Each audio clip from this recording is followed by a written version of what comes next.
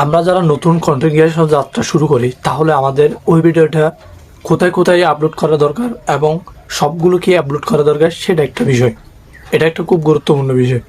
ধরুন আমরা প্রথমেই ভিডিওটা আপলোড করি, ধরুন টিকটকে, ফেসবুকে, ইউটিউবে, কিন্তু অডিয়েন্সটা কোন জায়গায় অ্যাক্টিভ বেশি থাকে সেগুলো আমরা দেখি না। এখন বর্তমানে সময়ে ফেসবুক বা ইউটিউবে তা অ্যাক্টিভিটি কমে যাচ্ছে, কিন্তু টিকটক অ্যাক্টিভিটি বেশি দেখা যাচ্ছে। সেই জন্য আমাদের দরকার হবে, যদি প্রথম ভিডিও বানাই তাহলে অবশ্যই আমরা সেই ভিডিওটা টিকটকে ডালি এবং একটা ডেলি একটা বা দুইটা। আপনি যদি এসইও কাস্টমাইজিংটা সবচেয়ে ঠিক থাকতে হবে। আর দ্বিতীয় হচ্ছে আপনার ভিডিওর লেভেল প্লেইং। আপনি ধরেন আজকে টাইম মতো, তাহলে আজকে একটা ভিডিও ছাড়লেন, তারপর দুই দিন বাদে আরেকটা ভিডিও ছাড়লেন, এরকমভাবে আপনি রেগুলার থাকতে হবে যাতে অডিয়েন্সটা অ্যাক্টিভ থাকে আপনার চ্যানেলে। সেই জন্য অবশ্যই আপনাকে রেগুলার ভিডিও থাকতে হবে। আর রেগুলার ভিডিও থাকার কারণে আপনার এসইওটা ভালো হবে এবং আস্তে আস্তে আস্তে আস্তে ভিউজ বেড়ে যাবে।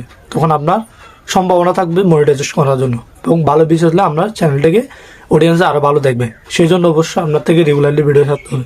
দ্বিতীয় হচ্ছে তো আপনার এসইওটা সবচেয়ে মারাত্মক। আপনার এসইও ঠিক থাকতে হবে।